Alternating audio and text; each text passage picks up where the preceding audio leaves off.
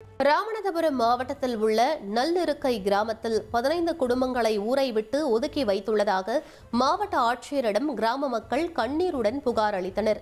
கிராம பொது நிதி செலவு தொடர்பாக கணக்கு கேட்டதால் ஒதுக்கி வைத்ததாக மக்கள் கூறியுள்ளனர். மேலும் திருமண விழாக்கள், இறப்பு போன்றவற்றில் பங்கேற்க முடியவில்லை எனவும், பள்ளிக்கூடத்தில் தங்கள் குழந்தைகளோடு மற்ற குழந்தைகள் பேசுவதில்லை எனவும் வேதனையுடன் கூறினர்.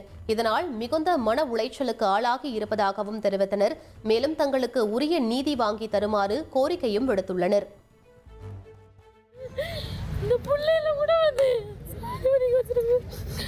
அப்படின்னு சொல்றான் சார்.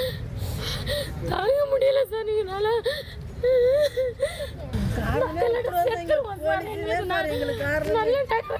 யாருமே கொடுக்க மாட்டேன். நான் ஏதாவது பண்ணிக்கிறேன் சார். இல்லைட்டா நாங்க வாழ முடியல சார். எங்களால நிம்மதியா இருக்க முடியல. சிவகாசி அருகே அசாம் மாநில தம்பதி வீட்டில் பிரசவம் பார்த்ததை மறைத்த கிராம சுகாதார செவிலியரை சஸ்பெண்ட் செய்ய சுகாதாரத்துறை இயக்குநர் பரிந்துரை செய்துள்ளார். அசாமைச் சேர்ந்த அப்துல் ஜுலில் அஷ்மா காத்துன் சாரதா நகரில் தங்கி அங்குள்ள தீப்பெட்டி தொழிற்சாலையில் பணிபுரிந்து வருகின்றனர். நிறைமாத கர்ப்பிணியான அஷ்மா காத்துனுக்கு பிரசவ வலி ஏற்பட்டபோது வீட்டிலேயே பிரசவம் பார்த்துள்ளனர்.